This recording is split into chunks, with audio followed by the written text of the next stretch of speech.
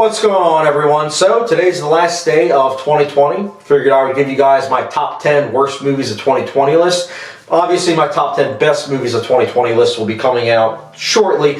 Not too short, though. I'll be honest. I'll probably have it come out more so towards the end of January, just because I still have some other 2020 movies to watch that I feel like might make my best of the year list. So we'll see, though. We'll see when I have that come out. But anyways, obviously, you clicked on this video, so you know it. Top 10 worst movies of 2020 list.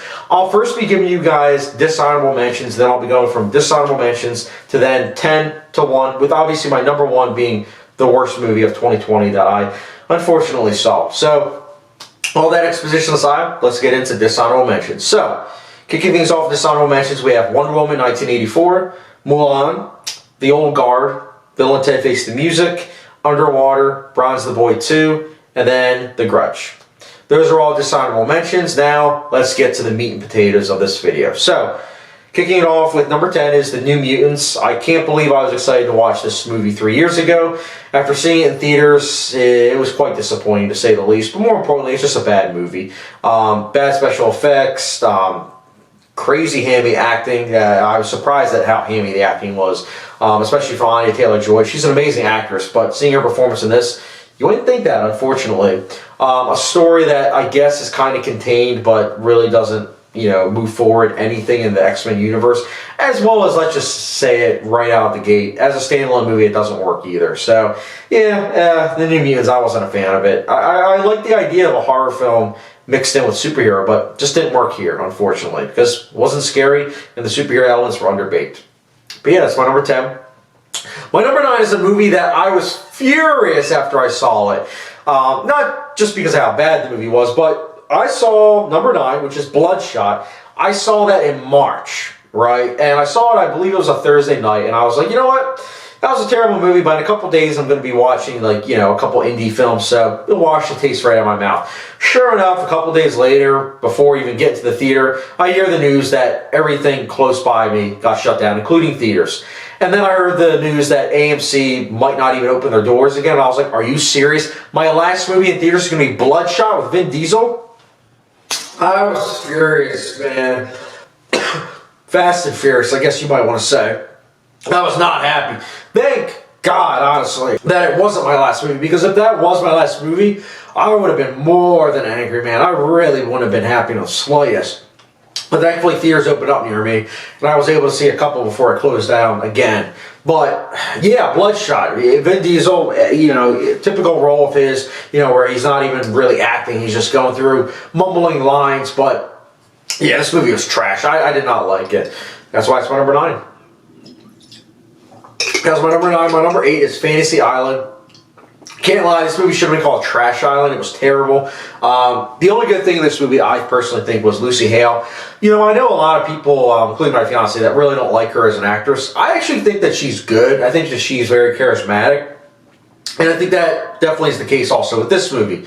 Was also the case with Truth or Dare, and ironically enough, Truth or Dare was terrible, and somehow she decided to work again with the same director of Truth or Dare, because Fantasy Island is directed by, yes, the guy who directed Truth or Dare. So, Fantasy Island, it's a tragedy, honestly, with how bad this is, because the premise is something that you would think would be good, and would be kind of hard to botch up, but lo and behold, it happens. And Lucy Hale's character is, unfortunately, really, really kind of misutilized. I think the twist at the end is just kind of like, oh, man, my goodness, even just thinking about it. Let's get to the next one. It was trash. Trash Island.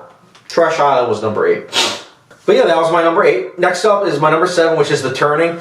Yeah, my head was turning left and right at boredom, honestly. This movie, it's a horror film, right? And there wasn't anything horrifying about it. There wasn't anything dramatic about it. It didn't hit any marks with the genres that it was trying to go for. And more importantly, I think that the acting is just, it's disappointing to say the least. And same with the storytelling. There wasn't really any elements of this movie that, in my eyes, was very positive. I think everything just was very lackluster, unfortunately. And that's why it's, a movie that made it at the end of this year on my list of top 10 worst. It's bad. It really is. I haven't met someone yet, or even seen a review on Letterboxd where they were like, yeah, the movie was pretty good. It was all right. Everyone seems to be in anonymous where it's like, hey, this movie was terrible. So, yeah. So, that's my number 7. Number 6 is Like a Boss. Yeah, this movie's not like a boss. It's more like a terrible movie. It's really bad, honestly, and it's a shame too because the 3 lead actresses are all great, you know, in terms of like other movies that they've been in, but they do not work at all in this movie. In fact, the chemistry is severely lacking. I didn't feel anything for this movie. I'm glad it was very short. That's definitely a positive too, this movie, but it just wasn't funny. You know, there were so many times where the story and the dialogue and the plot just really halted for delivering dialogue that I guess was trying to be funny, but it fell flat. It's a shame. Again, given the talent involved, they deserve better, but alas, here we are. So yeah, that was my number 6. Next up is my number 5, which is Capone. I pooped myself.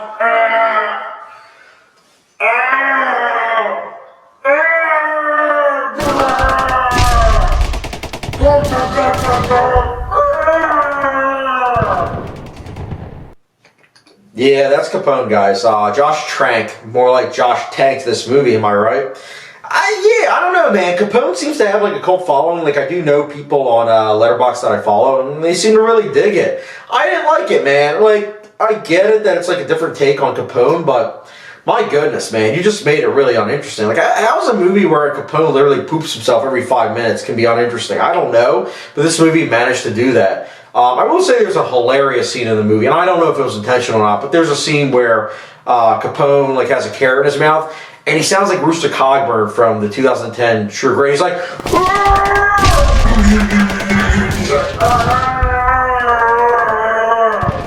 it's like a mix of the Penguin with Rooster Cogburn and True Grit 2010. It's beautiful, man. Definitely a movie I could see becoming a cult classic, but I don't know. I don't think for the good reasons that many people seem to be thinking. I personally did not like this movie, and I thought it was pretty bad.